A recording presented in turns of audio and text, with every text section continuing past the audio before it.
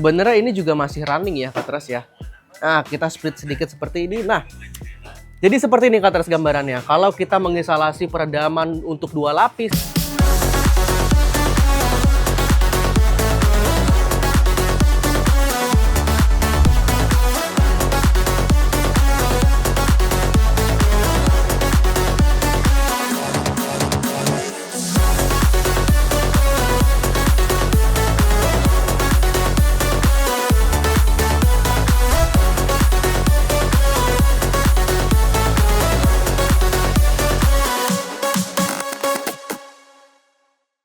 oke, sekarang masih pagi ya Katras, jadi kita mau review sebentar untuk mobil Zenix karena sekarang ini lagi banyak banget untuk penginstalasian OEM Lux di Kartasura Jakarta. Memang banyak banget yang memang menginginkan untuk diinstalasikan dengan premium sound OEM Lux, jadi nggak terlalu kelihatan kalau sistem audio itu udah diganti, jadi makanya nggak ada yang menonjol ya. Kemudian blind spotnya juga nggak gede di bagian pilar depannya. Nah, untuk di Kartasura Jakarta ada mobil Zenix yang kita instalasikan untuk bagian peredamannya ya, kemudian juga ada sistem audionya juga kita instalasikan dan beberapa komponen tambahan lainnya seperti ada subwoofernya, prosesor, serta ada amplifiernya juga. Jadi kita mau lihat sedikit nih Katras, yuk ikut sini yuk.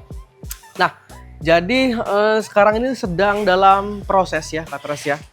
Jadi kita di bagian depan dulu, kita mau lihat bagian depannya. Nah, jadi untuk bagian depan ini sudah selesai kita instalasikan, yang dimana dari peredamannya juga sudah kita berikan di sini Katras. Bagian pintunya semua pintu depan dan juga belakang ya. Kemudian speakernya menggunakan Sony di sini Katras ya, yang dimana juga kita berikan untuk ring foamnya juga dari Autofit Perfect 3D by Kartasura Jakarta.